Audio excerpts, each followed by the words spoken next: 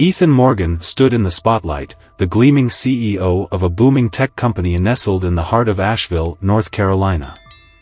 His sharp suit, peppered with streaks of gray at the temples, gave him an air of authority. To those who observed him at gala events and business meetings, he was the epitome of success, charming, confident, a man who seemed to have everything. His image as the ideal patriarch was carefully curated, a mask he wore with precision. Yet beneath the polished exterior, there were cracks forming, invisible to the outside world but slowly widening with each passing year. The years had been kind to him in some ways. He had built a successful empire, secured his place among the elite, and had even found love again, this time with Clara Bennett.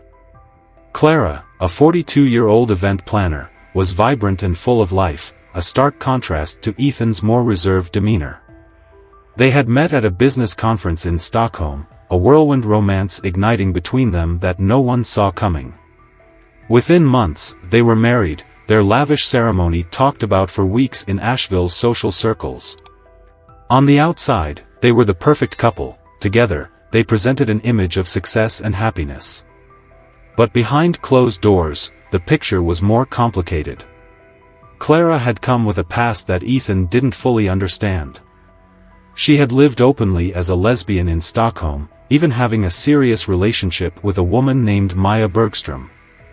But the weight of societal expectations back home in Asheville had forced her to bury that part of herself deep within. Her marriage to Ethan, while a source of stability and outward success, was never truly built on the foundation of mutual love. Clara had married him to meet a standard she thought was expected of her, a standard that didn't allow room for the truth of who she really was.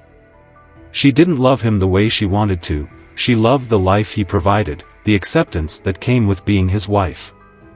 Yet, as much as she tried to embrace this life, something lingered inside her. A quiet yearning for something, someone, that could make her feel whole. She found that yearning when Maya, Ethan's daughter, returned home. Maya Morgan, at 20, was still finding her way in the world. She had spent much of her teenage years separated from her father, a casualty of his constant absences. Her childhood had been defined by loneliness, and the bond she should have had with her father had been strained. Now, living back at home after her dormitory at the University of North Carolina underwent renovations, Maya entered a world that was still unfamiliar to her. The reunion, on the surface, seemed innocent. Ethan was thrilled to have his daughter back under the same roof, hoping this would be the chance to rebuild their fractured relationship. Clara, on the other hand, expressed excitement at the prospect of having Maya back, but it was a nervous kind of excitement, layered with underlying tension that neither Maya nor Ethan could detect. As Maya moved back into her childhood home, a sense of unease settled over the house, unnoticed by Ethan. The once perfect family dynamic had begun to shift, though no one could see it coming. Maya, with her distant gaze and quiet demeanor, spent most of her time retreating into the solitude of her room. Clara, eager to connect, began doing what she did best, redecorating. The house, once a representation of Ethan's meticulousness, transformed under Clara's guidance. The rooms became brighter, filled with vibrant colors and modern art, reflecting Clara's own outgoing personality. Yet, it was in these changes that the first subtle cracks in the family's perfect facade appeared. Clara's efforts to bond with Maya seemed innocent at first, discussions about books, shared interests in art and music. But something shifted beneath the surface. It was more than just a stepmother trying to reach out to her stepdaughter. There was an unspoken tension, a charge in the air that neither Clara nor Maya could explain. And as the days wore on, it became clear that the bond forming between them was not just about mutual respect. It was something deeper. Something far more dangerous. What neither Ethan nor Maya knew was that under the guise of a perfect family, a storm was brewing. A storm that, once unleashed, would tear apart everything Ethan thought he had worked so hard to build. The tension in the Morgan household had become almost palpable, though none of the residents would acknowledge it directly. On the surface, life appeared unchanged. Ethan still worked long hours at his company, Clara continued managing event planning with flair, and Maya, though living under the same roof, kept to herself more often than not. But beneath the routine, something shifted imperceptibly. Maya's return had been a quiet affair, but it marked the beginning of an unsettling new chapter for Clara. The house, once so familiar, now felt strange, like an alien landscape she could no longer navigate comfortably. It wasn't just the sight of Maya moving back in that disturbed her, it was the memories that seemed to linger in every corner of the house. The home had been a place where she'd built a life with Ethan, but now it felt like a space caught between two worlds, the life she had chosen and the one she had buried. Clara found herself constantly aware of Maya's presence, even when they didn't interact. The younger woman's silence seemed to fill the air, an invisible barrier that neither Ethan nor Clara fully understood. Maya was different now, older, more introspective, yet somehow still the same. There were moments when Clara caught her staring out of the window, lost in thought, as though she was seeing something Clara couldn't. It was disconcerting, almost as though Maya were hiding something from her. But Maya, for her part, was just as aware of Clara's presence. She had always found her stepmother difficult to read, but since returning home, Clara's demeanor seemed even more elusive. On the outside, Clara was warm and kind, always offering Maya books to read, suggesting movies they could watch together, and engaging in polite conversation. But Maya couldn't shake the feeling that there was something more, something unspoken between them. Clara's attempts to bond, though sincere, never quite reached Maya. It wasn't just the age gap or the typical stepmother-daughter distance. There was a charged energy that Maya couldn't ignore, an energy that made her nervous, unsure, and curious all at once. It wasn't long before their interactions began to transcend simple pleasantries. Clara's persistence in trying to bond with Maya bore fruit, but in a way neither of them had expected. It started with books. Clara, noticing Maya's passion for literature, began recommending titles. The first book they discussed was an old favorite of Clara's, Virginia Woolf's Mrs. Dalloway. Maya was intrigued, and as the weeks passed, they spent more and more time talking about it.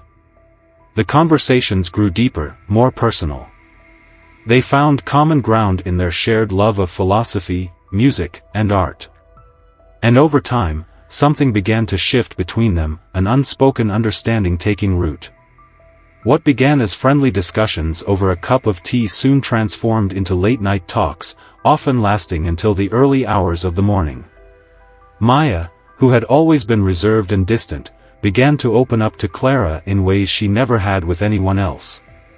She spoke of her childhood, the years she had spent without Ethan, and the bitterness that had slowly built up inside her. Clara listened with rapt attention, offering advice, comfort, and empathy, something Maya had never fully experienced before. Maya found herself drawn to Clara, her warmth, her understanding, and the way Clara seemed to know exactly what to say. But there was an undercurrent to their connection, something darker that neither of them could escape. It wasn't just that Clara understood Maya's pain, it was that Clara seemed to offer something more, something deeper. Maya, for the first time, began to see Clara not as her stepmother but as a woman, complicated, vulnerable, and alluring in a way that Maya had never noticed before. Clara, too, began to feel an unsettling pull. Maya was no longer just a young girl struggling with her relationship with her father, she was someone who understood Clara in a way that Ethan never had. There was an intimacy between them that neither could name, something they both instinctively tried to deny. But the more time they spent together, the more it became clear that their bond was evolving into something more than just a friendly connection. There was a tension, a chemistry between them that neither could ignore. One evening, as the autumn chill settled over Asheville, Clara and Maya sat together in the living room, discussing a particularly poignant scene from the book they had been reading. The conversation had turned quiet, and their words faded into the background as the silence stretched between them. It was then, in the dim light of the living room, that their eyes met, a long, lingering gaze that neither could break away from. Clara's heart raced, and Maya felt an unfamiliar flutter in her chest. The air between them crackled with something electric, something dangerous. Before either of them could think, Clara leaned in, her lips brushing Maya's in a fleeting kiss. Time seemed to slow in that moment. Maya froze, her mind racing, heart pounding. For a split second, she considered pulling away, but instead, she kissed Clara back, her lips soft but eager. It was a kiss filled with confusion, longing, and a sense of forbidden desire. And just as quickly, it was over, both women pulling away, eyes wide with shock and disbelief. The room was silent, save for the sound of their rapid breaths. Maya, stunned by the intensity of the moment, stood up and fled to her room, leaving Clara sitting there, her chest tight with a mixture of guilt and exhilaration. Neither of them spoke of it again, but both knew, deep down, that everything had changed. From that night onward, their interactions were marked by the knowledge of what had passed between them. Each glance, each touch, carried an unspoken weight. They found excuses to spend more time alone together, meeting in secret places around Asheville, hidden corners of parks, quiet cafes where no one would notice them. They both knew what they were doing was wrong, but neither could stop it. It was a secret they shared, a dangerous game they played. And all the while, Ethan remained oblivious. He noticed the subtle shifts in the atmosphere, the awkward silences, the way Clara and Maya seemed to share a private world he couldn't penetrate. But like most of the signs he had ignored in his marriage, he brushed these off as nothing more than the complexities of family life. What he didn't know was that his world was on the verge of imploding, and the storm was just beginning. As autumn's crisp air settled over Asheville, the tension between Clara and Maya grew, palpable and undeniable. What had begun as casual conversations about literature, music, and art now felt like a slow burn. Their connection, once innocent and fleeting, had become something much more intense, more intimate. Every interaction between them was charged with an energy neither could ignore. It was a love neither of them could have predicted, a love that could never be spoken aloud, but was nonetheless felt deeply in their souls. Maya's return to the family home had initially seemed like a chance for reconciliation, a way to bridge the growing gap between her and her father. But what neither Ethan nor Clara anticipated was the shift that began to unfold between Clara and Maya. What had started with shared interests, a mutual love for Virginia Woolf, late-night discussions about philosophy, had turned into something more. Every glance between them lingered longer than it should. Every touch, even the briefest, sent jolts of electricity through their veins. It began innocently enough, a passing gesture here and there, a shared laugh at a private joke. But with each passing day, the boundary between them blurred, until there was no denying what was happening. Clara would catch Maya staring at her, eyes lingering, full of unspoken thoughts. Maya would catch Clara's gaze, only for a moment, but it was enough to send a rush of heat to her cheeks. The simple act of being in the same room together felt different now. The air between them was thick with unspoken desire. Clara, despite her reservations, could no longer ignore the pull she felt toward Maya. She had spent years suppressing her true self, living a life dictated by societal expectations and the weight of responsibility. But Maya was different. There was something about her that awakened parts of Clara she thought were long buried. When Maya spoke, it was as if the walls Clara had built around herself began to crumble, piece by piece. Maya made her feel alive again, in a way she hadn't felt in years. She found herself longing for Maya in a way that terrified her. It wasn't just the physical attraction, it was the emotional connection, the understanding between them that transcended the roles they were supposed to play. For Maya, it was even more complicated. She had always admired Clara from a distance, but now, seeing her so vulnerable, so human, made Maya feel things she couldn't articulate. The way Clara listened to her, really listened, something Maya had never experienced from her father, made her feel seen, valued. At first, Maya pushed these feelings away, telling herself it was just a phase, just a passing admiration. But the more time she spent with Clara, the deeper she fell into the web of emotions she couldn't control. It was late one evening in mid-November when it finally happened, the moment that would change everything.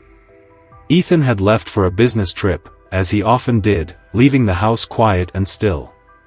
Clara and Maya found themselves alone in the living room, the light of the fireplace casting shadows across the room. They had been discussing Mrs. Dalloway, the novel that had drawn them closer, when the conversation tapered off into a comfortable silence. Maya sat across from Clara, their knees brushing ever so slightly under the coffee table. She could feel the heat of Clara's body, could smell the faint scent of lavender that always clung to her skin. Her pulse quickened, and she found herself unable to look away from Clara's gaze. Clara's eyes, warm, inviting, but full of something darker now, locked onto hers. There was a flicker of recognition, of understanding, in that moment, as if they both knew what was coming but could no longer deny it. In a rush, Clara leaned forward, closing the distance between them. Maya held her breath, her body stiff, but she couldn't pull away. Clara's lips brushed against her cheek, soft and tentative, a whisper of a kiss. Maya closed her eyes, heart pounding in her chest, and before she could think, she turned her head slightly, her lips meeting Clara's in a kiss that was equal parts desperate and forbidden. The moment hung between them, suspended in time. Maya's hands found their way to Clara's neck, pulling her closer, deepening the kiss. It was everything Maya had imagined and more, the warmth of Clara's lips, the softness of her skin, the overwhelming rush of desire that flooded her senses. But even as her body responded eagerly, her mind screamed at her to stop. This was wrong. This was dangerous. But the pull was too strong. The connection between them felt so real, so undeniable, that it overpowered any guilt that might have crept in. When they finally broke apart, breathless and disoriented, neither knew what to say. Clara's eyes were wide with shock, but there was a flicker of something else in them, something more than just regret. Maya, for her part, felt as if the ground had shifted beneath her. She was no longer the same person. This kiss had changed everything. They sat in silence for what felt like hours, both lost in their thoughts, unable to fully process what had just transpired. The house seemed too quiet, the weight of their secret too heavy to bear. Neither could speak the words that hovered in the air between them, but they both knew that things could never go back to the way they were. In the days that followed, their interactions became fraught with tension. Every glance, every touch felt loaded with meaning. Clara tried to maintain her composure, but the connection between them was undeniable. Maya, meanwhile, couldn't look at Clara without remembering the kiss, the warmth of her body pressed against hers. The more they tried to act normal, the more the air between them crackled with unspoken desire. As the weeks wore on, Clara and Maya found themselves slipping deeper into their secret world, a world where no one could understand their feelings, no one could see the emotions that ran so deep between them. They began to meet in secret, late at night, in hidden corners of Asheville, in quiet parks where no one would notice them. They stole moments of tenderness, their stolen kisses and whispered words, a silent rebellion against the world they were forced to live in.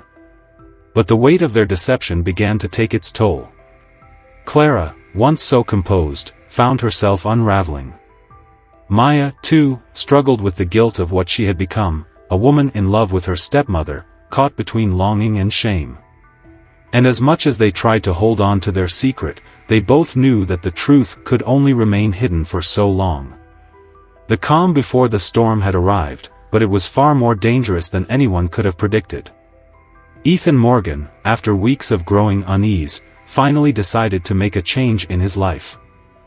He had been neglecting his family for far too long, distracted by work, by the unspoken distance that had begun to form between him and Clara, and more recently, by the unsettling tension he felt between Clara and Maya.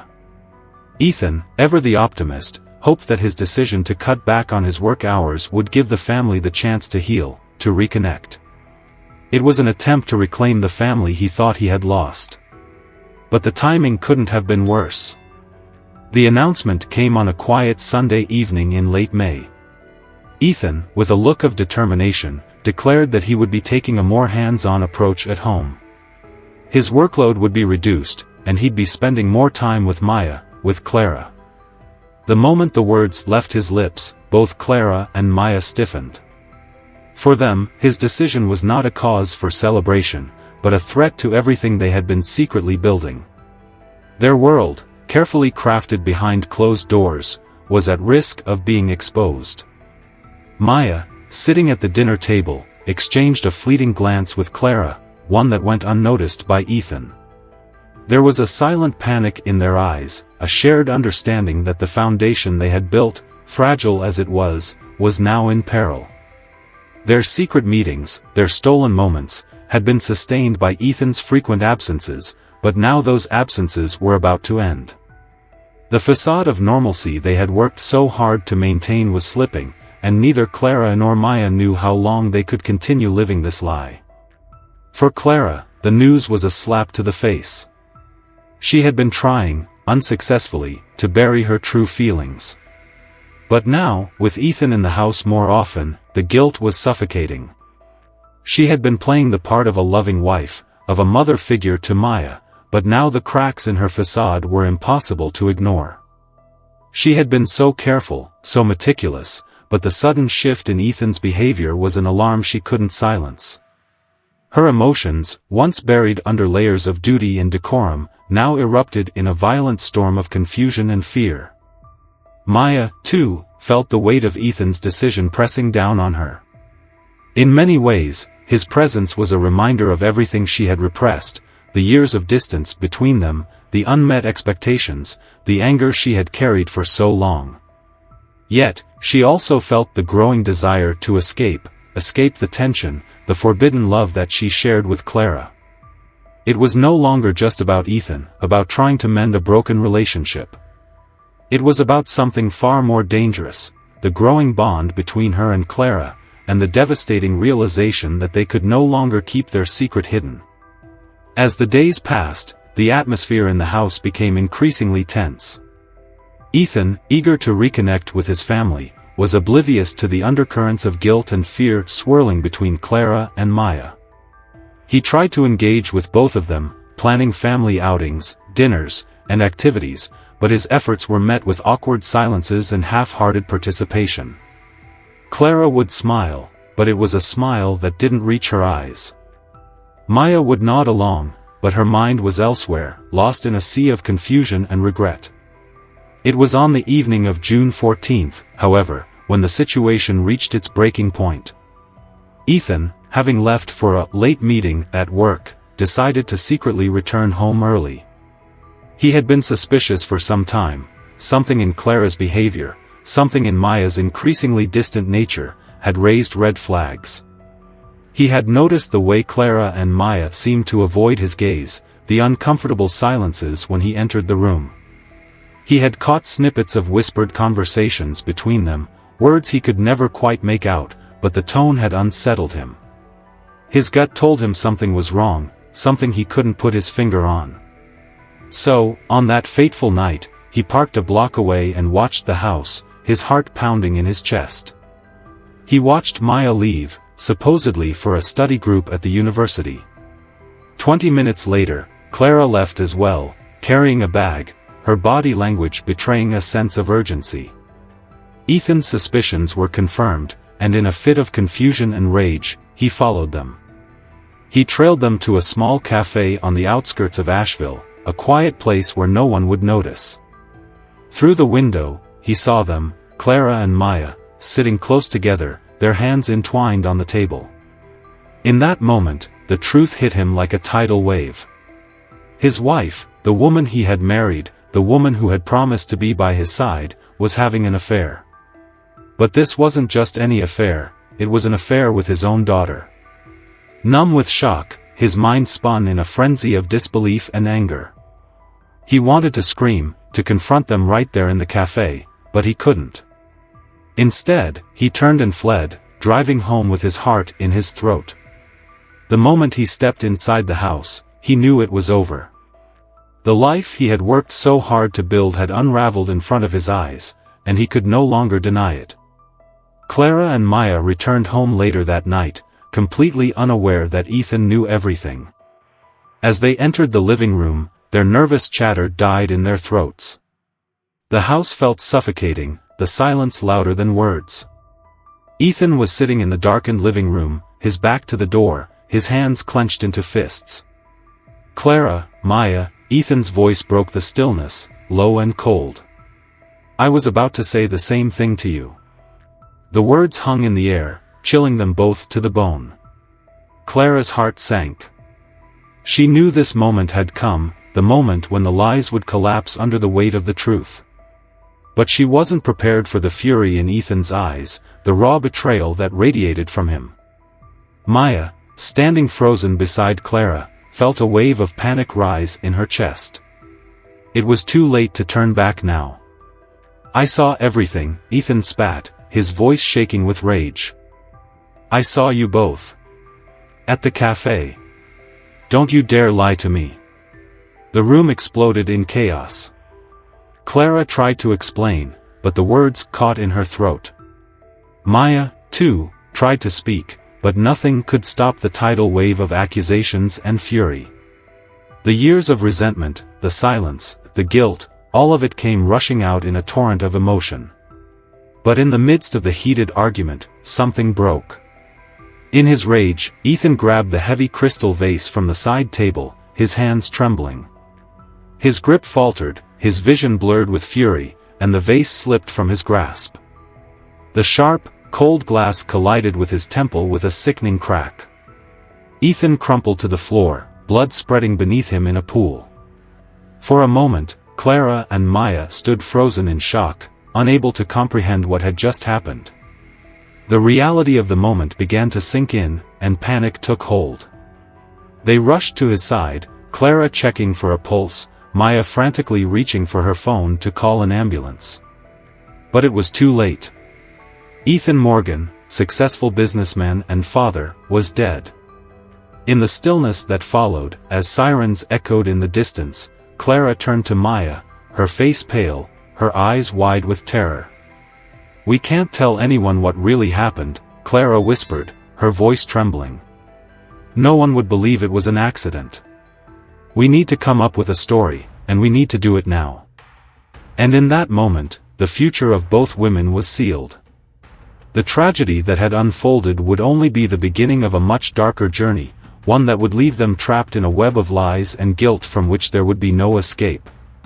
The sirens wailed in the distance, drawing closer with each passing second. The cold silence of the house, broken only by the faint sound of Clara's shaky breaths, became unbearable.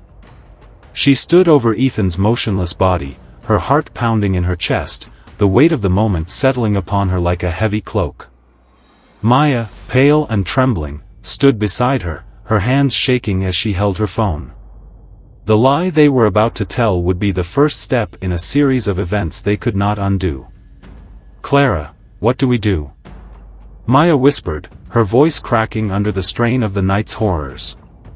Clara turned to her, her face a mask of controlled panic. "We stick to the story," she said, her voice barely more than a whisper. "We tell them it was a robbery gone wrong. No one will ever believe otherwise." The words were rehearsed, a lie so carefully crafted that it felt almost real. But inside, Clara felt her world crumbling around her. Every moment of their secret life, every stolen kiss, every lie they had told, had led to this. The police arrived shortly thereafter, their flashing lights illuminating the quiet neighborhood. As they entered the house, Clara immediately launched into her narrative. She told them about finding the door ajar, how she and Maya had returned to find Ethan's body on the floor, his valuables missing. She painted a picture of a violent break-in gone wrong, a story that sounded plausible enough to sway any untrained ear. Maya stood by Clara, her face pale, her hands folded tightly in front of her as if she could hold the truth at bay. The officers seemed sympathetic, asking the usual questions, but Clara's responses were smooth, practiced. She had prepared for this moment, knew exactly what to say. The lie was flawless, and for a moment, it seemed as though their tragic night would remain just that, a tragic accident. But Detective Lena Walker, who had been assigned to the case, wasn't so easily convinced. Walker had seen her fair share of crime scenes. She was sharp, experienced, and had a gut instinct for when something didn't quite add up. Something about the scene in the Morgan home felt off. She observed the way Clara and Maya interacted. There was a subtle, uncomfortable tension between them, something beneath the surface that caught her attention. The way Maya kept her eyes down, avoiding the detective's gaze, and the way Clara's voice trembled when she mentioned finding Ethan's body, it didn't sit right. After the initial questioning, Walker ordered a thorough forensic investigation. The scene was meticulously examined, fingerprints, traces of blood, and anything that could give insight into the truth of what had happened. The coroner's report revealed that Ethan's cause of death was blunt force trauma to the head. It was consistent with a fall or self-inflicted injury, but there were discrepancies. The angle of the blow didn't line up with an accident or a simple fall. As the investigation continued, small inconsistencies in Clara and Maya's story began to emerge. The timeline they had provided didn't match up with the physical evidence. The shattered vase near Ethan's body had no fingerprints, except for those of Clara. And while they had claimed the house had been ransacked by burglars, the police found no signs of forced entry. The door was unlocked, but there was nothing indicating that it had been broken into. In the days following Ethan's death, Clara and Maya continued to hold fast to their story, but each time they were questioned, their answers became more evasive. They started to crack under the pressure. Maya, particularly, struggled with the weight of the lie. She had never been good at deception, and each time she was asked about her father's death, she felt her composure falter. Her hands would shake, her voice would hitch, and she began to wonder if they could keep up the ruse for much longer. Detective Walker was no fool. She noticed the subtle shifts in behavior, the way Maya flinched when asked about her father, the nervous glances exchanged between Clara and Maya when they thought no one was watching. The bond between the two women had always been strained, but now it seemed even more tense, as if they were hiding something far darker than a simple robbery gone wrong. Walker's breakthrough came from an unexpected source. A college student who had been reviewing footage from a nearby street camera for an unrelated project had noticed something strange. Ethan Morgan's car was parked near the cafe where Clara and Maya had been spotted. The footage contradicted the timeline Clara and Maya had provided. According to their statement, Ethan had been at a late meeting at work, yet the video showed his car parked outside the cafe long before he was supposed to have left. With this new evidence in hand, Walker brought Clara and Maya in for separate interviews. She could feel the tension building between them. Maya had already broken down once during the initial questioning, and Clara had been forced to steady her nerves. But this time was different. This time, the cracks in their story were beginning to show. The pressure was too much for them to bear. Clara, normally composed and in control, began to unravel. When confronted with the footage, she stumbled over her words. She tried to explain it away, but Detective Walker could see the guilt in her eyes. Maya, on the other hand, was visibly distraught. Her usual quiet composure had crumbled. She could no longer maintain the facade that everything was fine. When Walker implied that Clara had confessed, Maya broke down. Her face crumpled in anguish as she finally admitted, her voice barely a whisper, "It wasn't an accident. We lied." The confession came slowly, each word laden with guilt. Maya had not meant for any of it to happen. The argument, the violent outburst, and the tragic accident that followed were not part of the plan. It was in that moment that the full scope of the situation became clear. The affair, the betrayal, the lies, all of it had culminated in Ethan's death. But even in that confession, Maya and Clara clung to the idea that Ethan's death had been an accident, a tragic mistake born from a confrontation gone wrong. The truth, though, was far more complicated. As Detective Walker dug deeper, the truth of their forbidden relationship began to emerge, slowly, piece by piece. The walls were closing in on Clara and Maya. They had woven an intricate web of lies, but it was beginning to unravel. The lies they had told to protect themselves, to protect their secret, were now the very things that would expose them. And as the investigation drew to a close, Walker knew that the tragic death of Ethan Morgan was only the beginning of an even darker journey, a journey that would expose the devastating truth about the Morgan family and the secrets they had tried so desperately to hide. The courtroom was silent as the verdict was read aloud, the words hanging heavy in the air. Clara Bennett and Maya Morgan, once so confident in their ability to conceal the truth, now stood in the shadows of their own lies. The investigation had been long, and the twists had been numerous, but in the end, the truth had come to light in a way they could not control. The death of Ethan Morgan had been a tragic accident, but the chain of events leading to that accident, the lies, the affair, the deception, had sealed their fates. Clara, her face pale and drained of emotion, sat with her hands tightly clasped in her lap. Maya, her youthful face streaked with tears, avoided the gaze of the courtroom. They had both been convicted of obstruction of justice, their lies exposed for the world to see. But the truth, though undeniable, did little to ease the pain they felt. The man they had both loved, each in their own way, was gone, and with his death came the loss of everything they had built. The sentencing was swift. Clara was sentenced to 10 years in prison for her role in the cover-up, while Maya, still so young and impressionable, was given a reduced sentence of 5 years. The court had acknowledged the complexities of their relationship, the emotions that had driven them to such desperate actions, but in the eyes of the law, the truth was clear. They had lied to protect themselves, to protect a love that could never have been, and now they would pay the price. As the gavel came down, the sound seemed to echo in Clara's ears. Her world had collapsed. What had once been a carefully constructed life, one of success, stability, and outward perfection, had turned to dust. She had lost everything. And now, the only thing that remained was the bitter reality of what she had done, and what she had lost. Maya, too, felt the weight of the consequences. She had been a victim of her own desires, torn between the forbidden love she shared with Clara and the sense of duty to her father that had never truly been fulfilled. The guilt consumed her. It had started as an innocent bond, a moment of connection, but it had spiraled into something far darker, more dangerous than either of them had ever intended. Now, as she faced her sentence, she could only wonder how she would live with the memory of what they had done.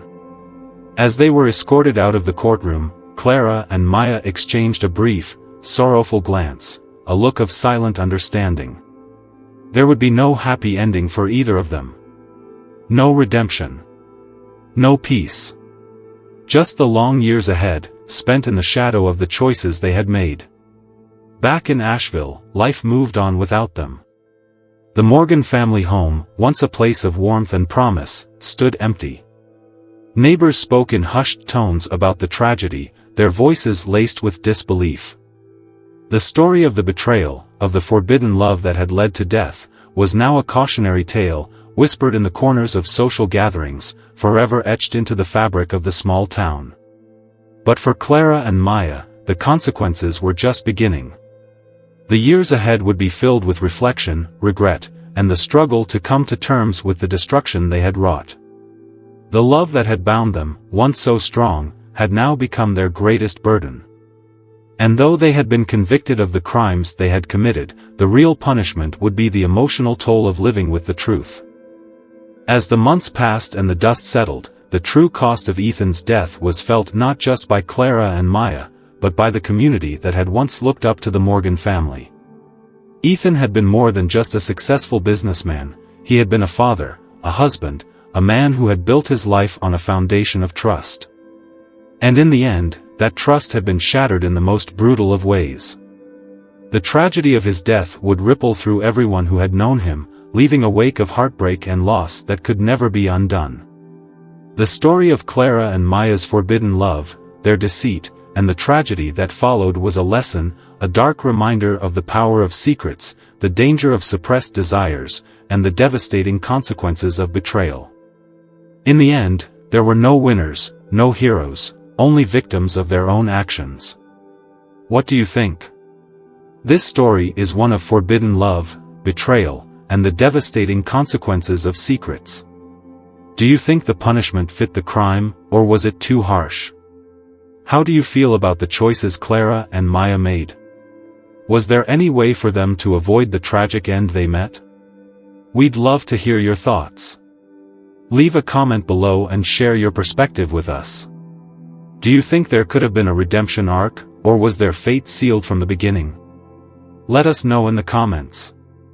This conclusion wraps up the story with a focus on the aftermath and the emotional toll of the characters' actions. The call to action at the end encourages the audience to engage with the video, generating discussions around the moral dilemmas presented. Let me know if you need any further adjustments.